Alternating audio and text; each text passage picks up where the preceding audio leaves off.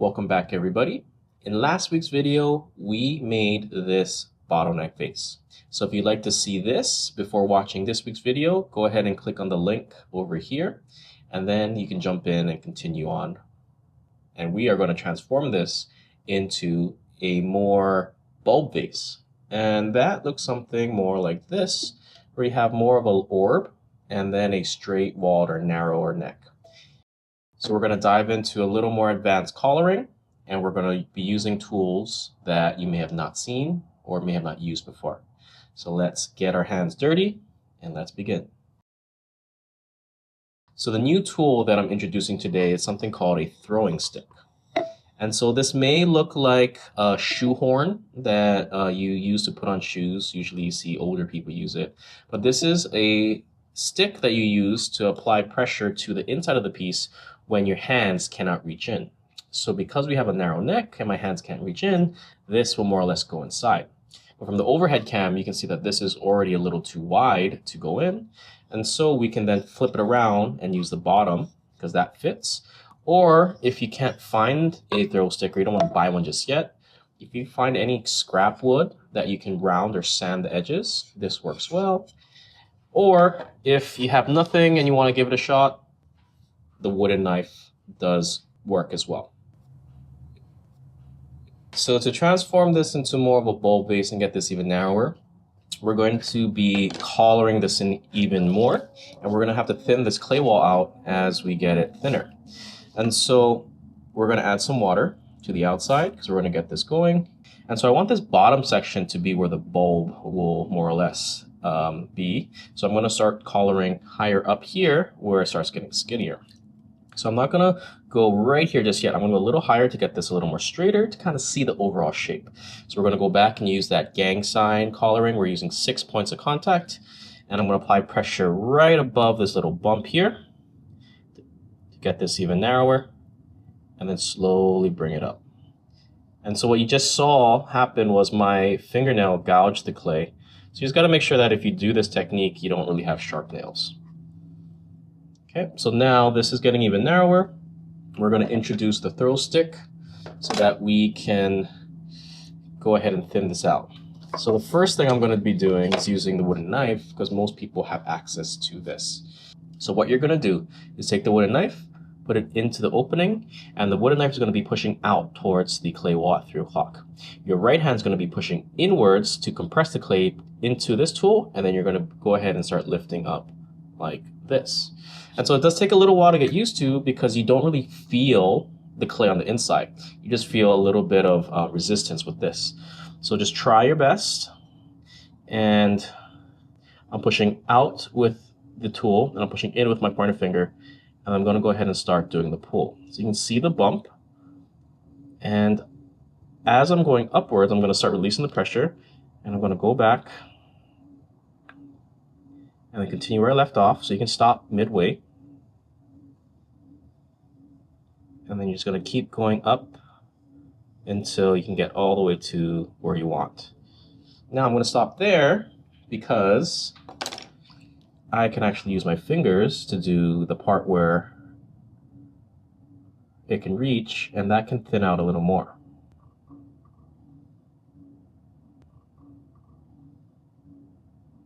So you see this little twist forming here, so let's go ahead and just collar that a little bit. And I'm going to try to push that twist up towards the very top so I can cut it off. And now the twists do form, and you may have seen it when you do pulls and things like that. And we'll talk about the twists and why they occur in another video in the future.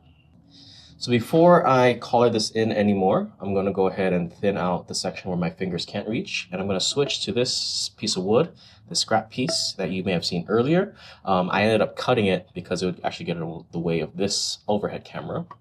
But it'll still work nonetheless. Let's go ahead and get it in. And same thing, I'm going to start pushing in a little lower. So right here, I'm actually going to start the push and the thin. So my tool, I'm focusing the pressure where my fingers are. And this time, instead of using a single point of contact, I'm actually pinching my fingers together and using this to thin. That way I actually have a little more surface area. And this is just a normal pull. I'm just applying pressure with both hands into each other. or in this case, the stick, into the fingers, and I go all the way up to where I want it to go. So right there, leave it there for a few seconds, let the clay catch up, and then release. Now that twist is forming again, and I'm gonna go ahead and then even that out.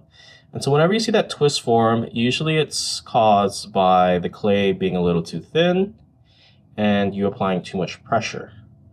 So the easiest way to fix it is just decrease the amount of pressure you're applying or add more lubrication so the clay has more slickness to rotate. Now, to get this a little more bulbish and more round, I'm going to go ahead and keep pushing it a little more.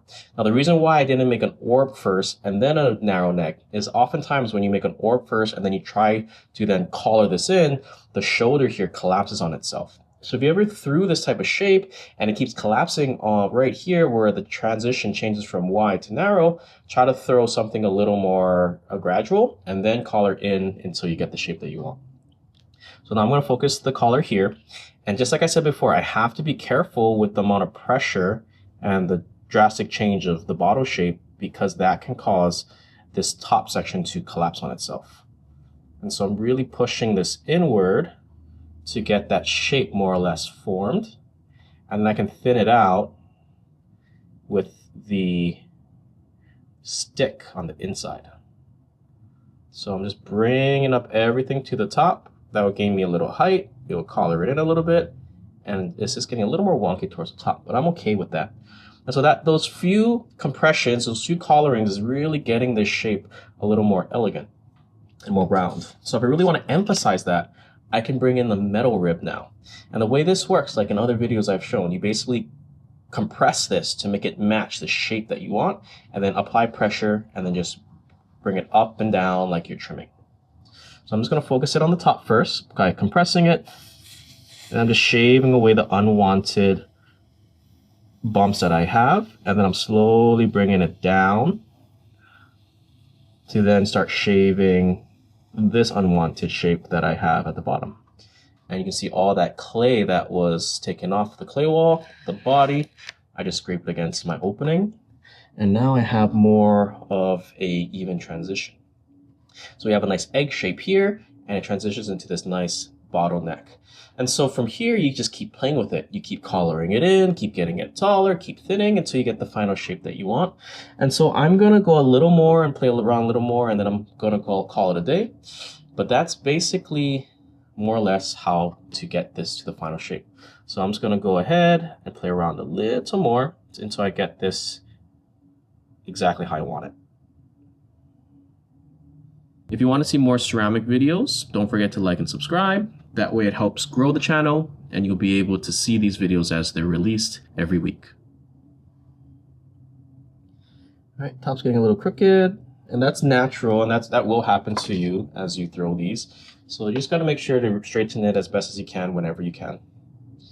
Okay, let's get this inside. It's getting pretty narrow. So now I can basically squeeze this like I'm doing a collar around this stick to really compress it, and then I'm bringing my hands up.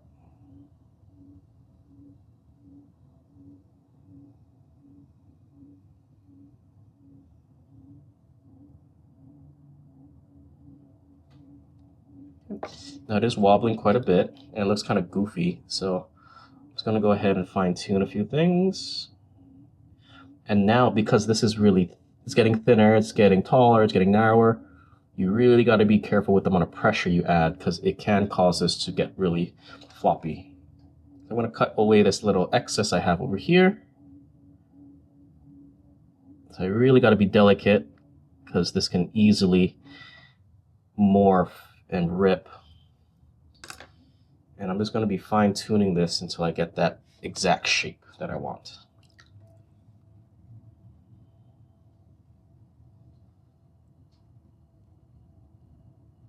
I'm going to focus my pressure right here at that weird twist. So I'm going to apply a little more pressure. I'm going to leave that hand pressure there a little longer until that twist kind of evens out. So I'm trying to push all of that wobbliness up to the top. So I'm just squeezing the clay and compressing it around the stick because that is my overall shape. And then sliding both the stick and my hand up.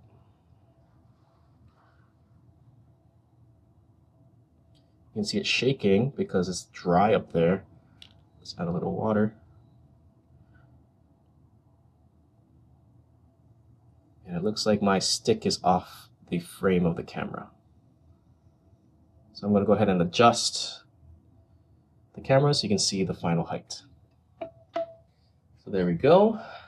The neck is taller than the overall piece, so it looks a little weird. So I'm going to adjust this a little bit. And first off, just kind of straighten this out.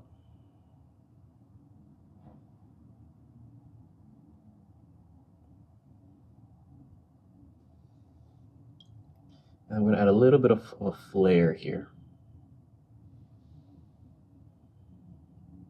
So basically all I'm doing is I'm just kind of pinching the clay with my fingers and just tilting my wrist downwards.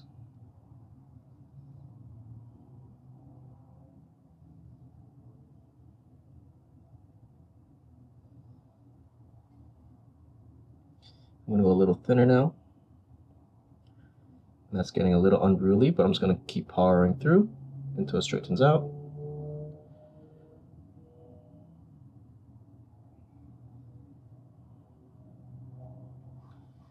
And then I have more or less my piece, and that looks a little weird.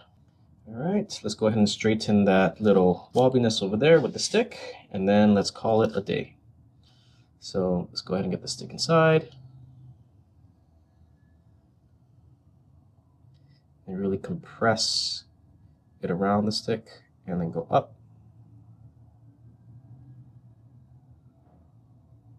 And then release the pressure as we get close to the top. And slowly just support the rim and pull the stick out.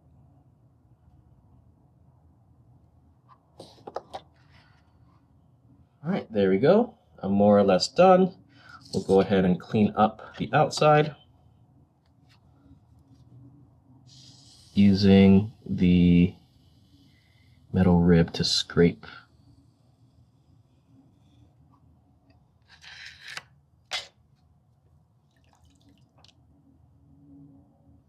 And then sponge to smooth and adjust. And this bowl vase is more or less done. And you may be thinking, it looks a little goofy. I agree, it does as well. And so I may adjust this rim, make it a little shorter so it's a little more proportional, but I'll do that off camera. But next week, we're going to go ahead and take this piece, adjust it or not, and we're going to trim this using a device called a chuck. So if that's something you don't know or haven't seen before, or just want a little more experience, please don't forget to subscribe so you can see that video when it comes out next week. And it helps this little channel grow so that I can keep producing and making these videos for you guys. And just as a reminder, this is shot with my new camera.